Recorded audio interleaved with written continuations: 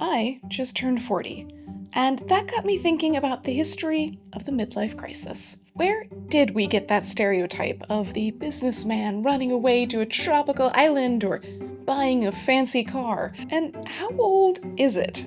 Because I can't exactly imagine a guy in breeches and periwig hopping on a fancy new carriage and eloping to the next colony over was much of a thing. And with that, what exactly is the millennial midlife crisis going to be? It certainly doesn't feel like spending all of your saved up money on a giant splurge you don't need is going to work the same way here. After all, a crisis is meant to be a dramatic upheaval, and that feels like, well, every day. Where do we go to escape? Regardless, to figure that out, we need to know exactly what a midlife crisis is, or at least what we think it is. How it was defined for different generations says as much about that age group as the actual results of the aging process. It doesn't matter if it's real, many have argued that it's not, and it doesn't matter if it is a universal thing. The stereotype is universal. The fantasy is well known. In fact, the common image may have just been a trend based on a semi-fictional book. But I'm getting ahead of myself. The point here is to figure out what the next midlife crisis stereotype is going to be.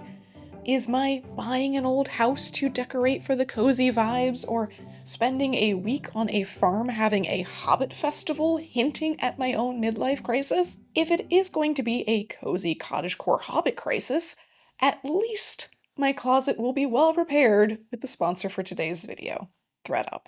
Even if I wasn't attending a hobbit festival, their love of color and style is just so pleasant for every day, and that's why I love ThredUp. There's no more friendly way to build up my wardrobe than buying secondhand, and they have such a range of options and colors and styles that I can't find anywhere else. I need a couple of easy outfits for loading camp in and out. Not that I won't just wear them all of the time, but that means I'm looking for natural fiber options that are comfortable, cute, and not expensive. My favorite find was this pair of wool knickerbockers for 65% off retail. Pair this with a cute top like this cotton one I got for 67% off retail, plus this pair of shoes and my straw hat that I got from ThredUp a couple months back, and it's still all under $100 total for the outfit. Not comfy enough? How about this quilted skirt for 69% off retail? And what might be the most practical and hobbity jacket that was 66% off estimated retail? Mixing and matching with some of my previous ThredUp finds gets me enough outfits to be ready for whatever the weather ends up being. And it's all natural fibers. I even found this shirt, which I considered buying for months at 70% off retail, less than $34. And ThredUp has such an easy search engine to use. You can narrow it down by different types of fibers, not just natural fibers, but specifically linen or wool or blends. It is so simple to find exactly what you're looking for at a good price. Shop hundreds of brands for a fraction of the price, all in one place. Tap my link to shop my ThredUp faves and find something that inspires you.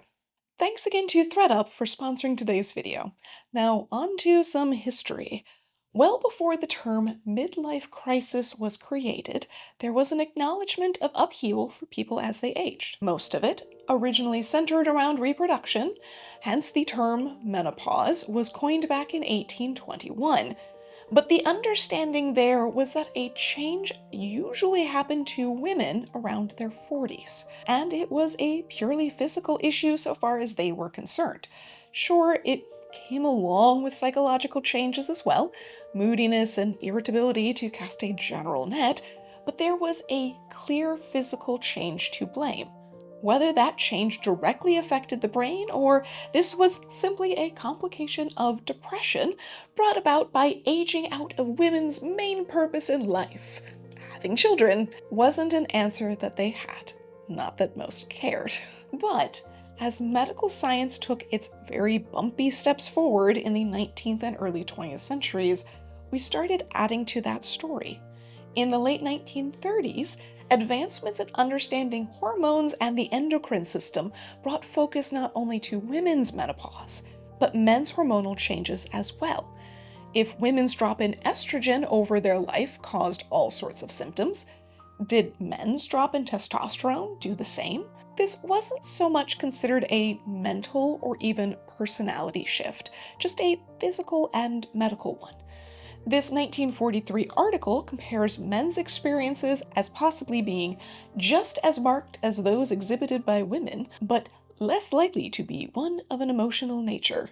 The symptoms they described are fatigue and what is clearly just variations of heart problems. Another article lists irritability, fatigue, breathlessness, frequent sighing, sinking smells, insomnia, and assorted aches and pains, which, to a modern layperson, does sound like the standard list of getting old and being out of shape.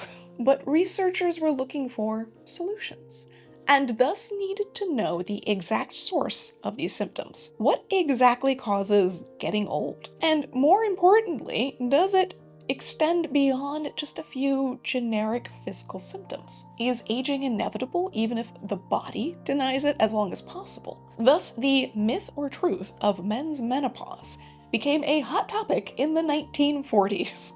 A man might, over the course of only 6 months, become a forgetful, quickly fatigued, irritable, and unnecessarily worrisome crank. Supposedly, this strange behavior and worrisome moods were only acknowledged in the 1940s, and doctors prior would have run a litany of tests to find nothing physically wrong. Instead, the introduction of this male change of life was meant to cover the now scientifically proven changes in men's hormones in their 40s and 50s, which had only vague physical symptoms, but were starting to appear as growing psychological issues. This was, after all, also an era where therapy for the average person was beginning to be acceptable. Apparently, it was more than a little bit difficult to prove or track, however.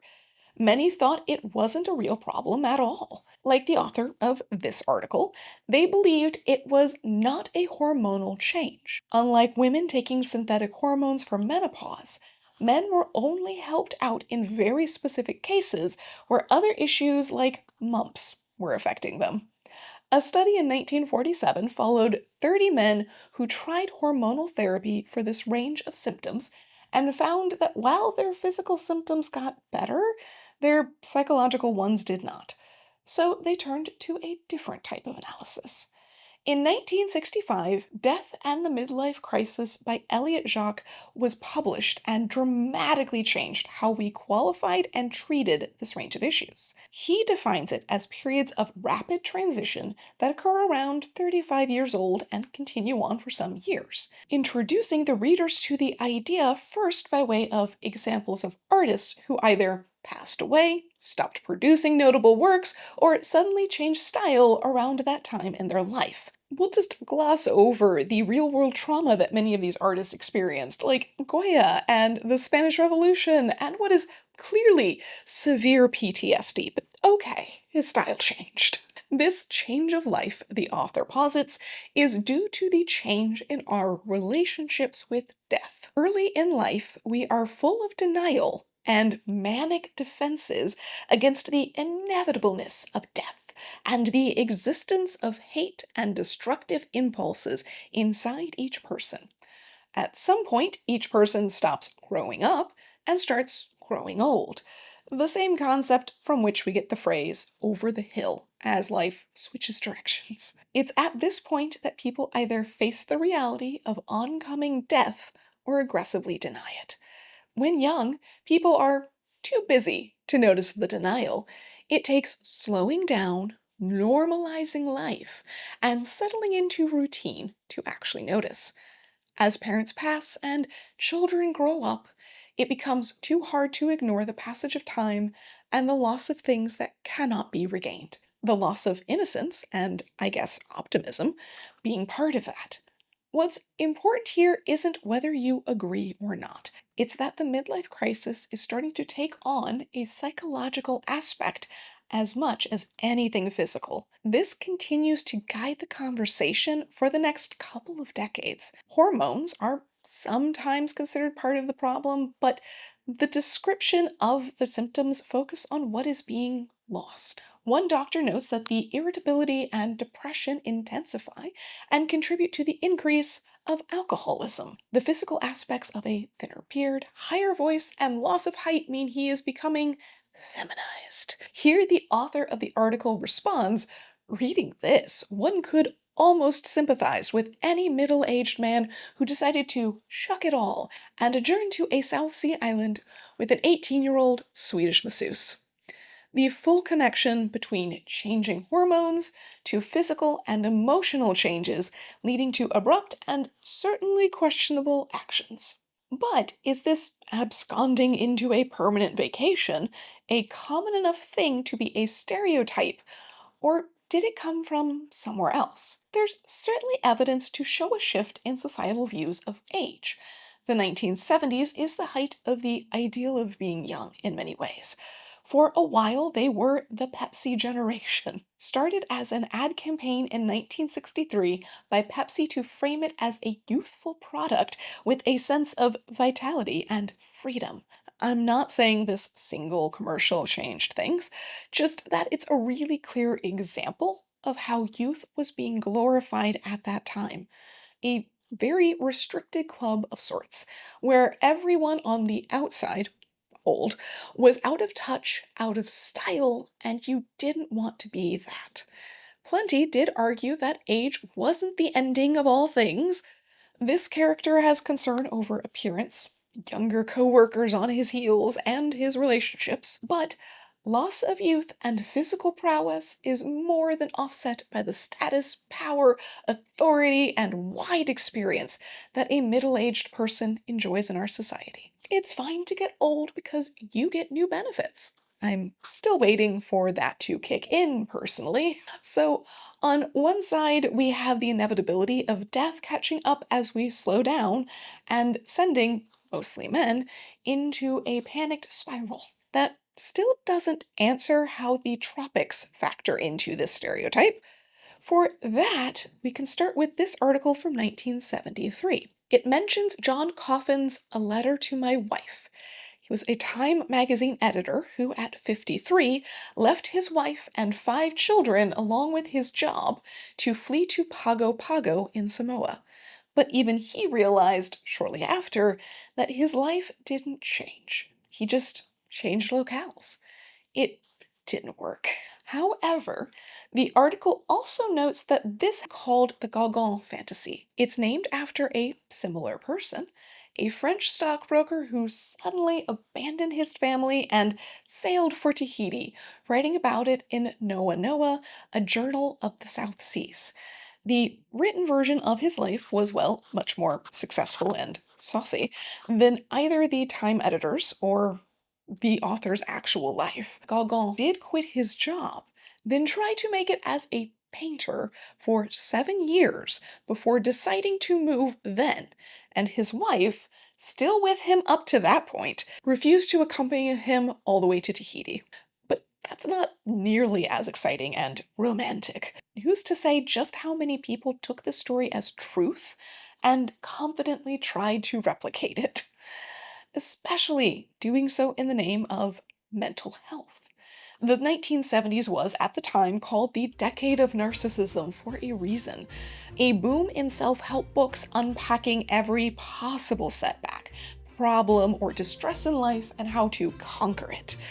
Not surprisingly, by the mid-1970s, there are tons of articles about treating this midlife crisis. There's still a belief that men will either blame their job or their wife, therefore want to quit and or run away, start an affair, or so on.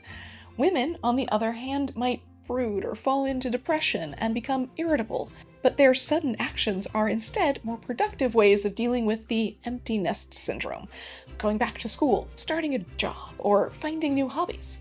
Thus, the articles on how to solve or even spot the oncoming issues are dramatically different. Many of the ones surrounding men's problems frame them as, women, make sure to watch out for your men's problems so you can catch them before they do and help them through this difficult time. This 1978 article lists 7 reasons for men's midlife crises. Achievement and aspiration gap of basically it's as good as it's going to get. The dream that will never be achieved. The empty nest meaning no one to control. Recognizing mortality. Physical changes in body and strength. A change in roles. Or stagnation. A lot of the solutions revolve around allowing for grief and then finding things to make you happy or successful in a different way. But nothing too crazy. Start learning a new language or change your daily routine a bit. Honestly, not much changes in terms of how we are defining midlife crisis over the rest of the century. It does establish itself as such an ingrained idea that it's used in reference not just for people, but anything going through more than a couple decades of existence. Businesses, products, trends, technology, and more all seem to have potential midlife crises as well. Presumably, they don't mean they're going to run off to Tahiti, but the assumption is that they're slowing down and struggling and might make some rash decisions to catch back up. People get bored with their own lives, and businesses have customers that get bored with them instead. Which brings us back to today. If we haven't updated the stereotype of the midlife crisis since the 1960s, it hardly feels relevant today. It wasn't nearly as much of a thing in earlier times with shorter lifespans, no retirement, and no office job ladder to climb. Today, the mundane stability of rising up within one company only to look back and realize it wasn't what you hoped for is far less common than 50 years ago. Most people my age move jobs constantly as companies change hands, do layoffs, switch directions, or fail to meet their promises and expectations. Stability in jobs, housing, family, government, or even grocery prices just isn't there. As for the realization that we've stopped growing up and started growing old, well, that would require this age group to, 1, be treated as older and respected by our elders, and 2, have managed to successfully ignore the feeling of dread that has honestly followed us throughout our entire adult lives. Now, that doesn't mean there isn't some moment of realizing we're roughly halfway through our lives and things aren't what we hoped. That is very relatable. A mistress and a permanent vacation, not so much. Do I know people my age who have had the stereotypical older style of midlife crisis? Yes, but they are few and far between. So, if the opposite of office drudgery was the tropical dream, which I'm pretty sure as it faded out of being a realistic prospect, that's where we got the 2000s love of tropical and nautical themed bathrooms. What's the opposite of uncontrolled chaos and constant screen time? Hobbits. Okay, more of a general cottagecore pastoral farm life, simple things idea. I'm going to move into the woods and become a witch that no one talks to, or just not have to see anyone ever again. Well, some do dream of entirely uprooting like that, getting a tiny house on a large plot of land with some chickens and vegetable beds. Others, more practical or more limited, just decorate or dress as that aspiration. I'm not in a place time-wise where I can start farming my backyard, though I can admit to the urge. Maybe less so for the chickens. But what I can afford are some quirky hand-carved spoons, vintage thrifted pottery, and some colorful flowers from time to time. It's that pastoral mythology, like Queen Marie Antoinette and Petit Trianon. She wanted to escape from responsibility by wandering around an adorably perfect farmscape. My theory has really been put to the test with the upcoming Brandywine Festival I'm involved with. We've noticed that there are severely different views on what hobbits are like within the nearly 1,000 people attending, and they sort of line up with the various mythologies of escapism that go along with the pastoral cottagecore feel. Some want to be in tune with nature, others focus on community events and helpfulness. Lots want to create characters that are unbound by needing to work and instead do so by choice. And some just want to be quirky and not be judged for it. All of the disillusioned reaction that is supposed to come along with being in your late 30s and onwards based on the crisis literature. The digital world isn't everything I was promised. I never expected my utopic dreams to work out, and chronic illness kind of beat out the fear that my body isn't youthful anymore. To suddenly be over the hill and going downwards requires that it felt like we were headed upwards. And I'm not sure if buying some cute decor for our house, or even absconding to a farm in Kentucky for a week every year to pretend to be a hobbit, is going to be enough to warrant being called a crisis. But the love of filling our lives with things we enjoy, rather than things that just function, is constantly critiqued as being unnecessary and a poor decision. We're just having little mini rebellions every time we go to a local market and buy ourselves a latte and some nice flowers.